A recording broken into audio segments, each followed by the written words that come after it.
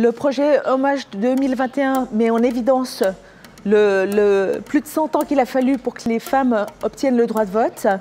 Et il met aussi en évidence tout ce qui reste à faire pour que les femmes obtiennent vraiment une égalité dans leurs droits, que ce soit en termes de salaire, que ce soit en termes de reconnaissance et que ce soit en termes de respect des droits humains, simplement.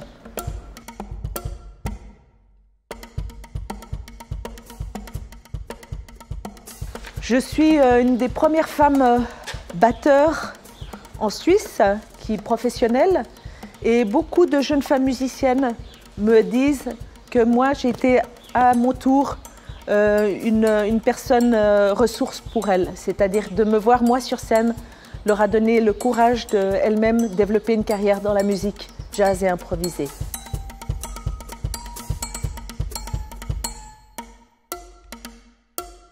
Un modèle positif pour moi, c'était celui de ma mère, paysanne suisse-allemande établie en terre vaudoise, qui a élevé quasi toute seule ses 4 enfants et a tenu toute une ferme en même temps.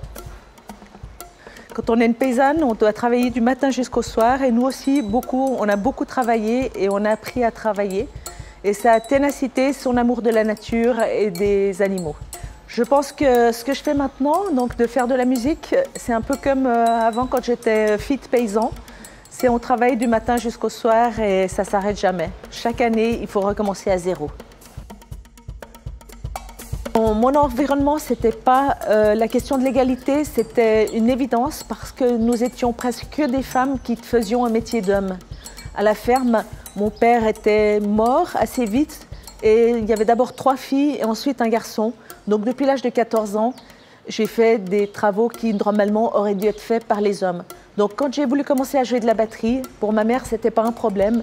Elle m'a payé les cours de batterie parce que de toute manière, on faisait déjà dans la réalité un travail d'homme.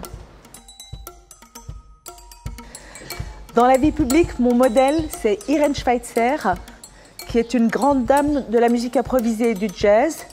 Elle est née en 1941, elle vit toujours à Zurich et depuis les années 60, elle a joué à l'international avec les plus grands noms du jazz et de la musique improvisée.